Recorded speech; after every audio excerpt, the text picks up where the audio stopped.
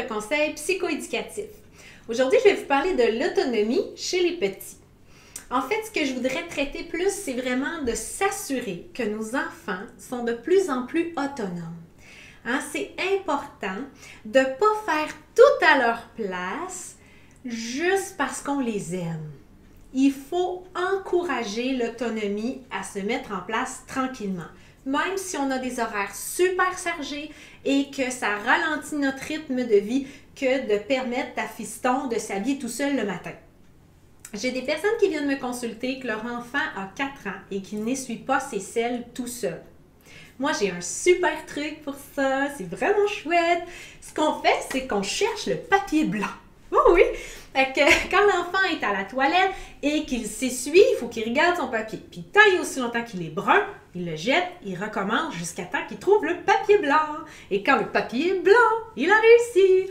Ce que ça fait, c'est que ça montre à l'enfant un début et une fin claire pour l'activité et qu'il est capable tout seul. C'est pas décourageant, c'est comme motivant de savoir combien de fois je vais devoir chercher le papier blanc. Et ça fonctionne vraiment, vraiment bien, surtout chez les petits.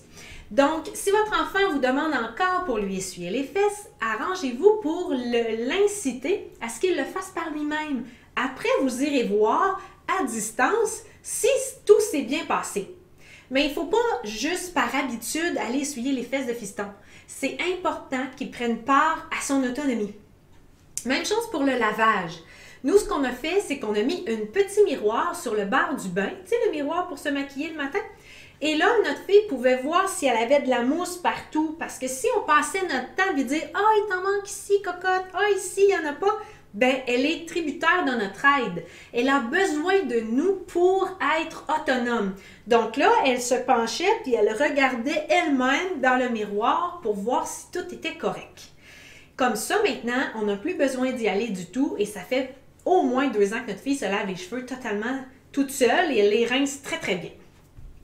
Si par exemple votre enfant veut s'habiller le matin, il veut choisir lui-même ses vêtements, mais que vous aimez ça le préparer à sa place, je vous encourage à le laisser faire.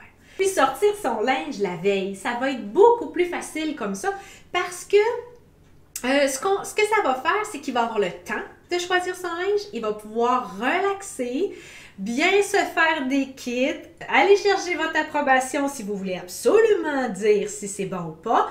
Et après, le matin, il n'y aura pas de chicane sur « Je ne veux pas porter ce que tu m'as choisi, je veux mettre une jupe! » Comprenez?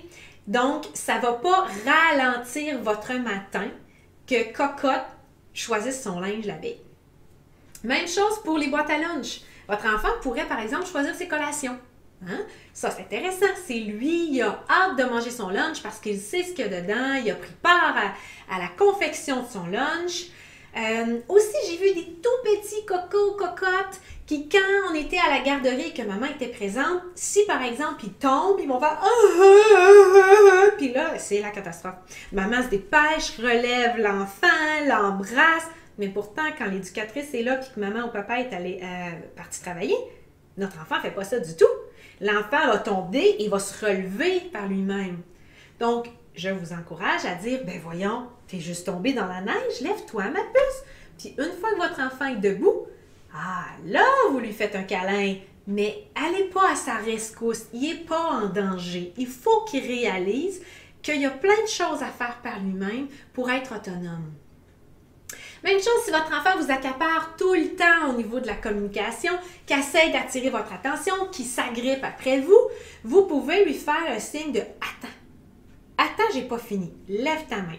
Et là, vous l'ignorez et quand il lève sa main, vous continuez à parler 30 secondes, puis là, vous dites « Oui, qu'est-ce qu'il y a? » Et il peut parler. Ce que ça lui apprend, c'est d'attendre son tour, d'attendre. C'est pas lui le centre. Il faut qu'il soit autonome dans sa gestion émotive, impulsive et qu'il soit capable d'attendre en retenant sa réponse, sa question, pour que ce soit quelque chose qu'il soit capable de faire aussi à l'école.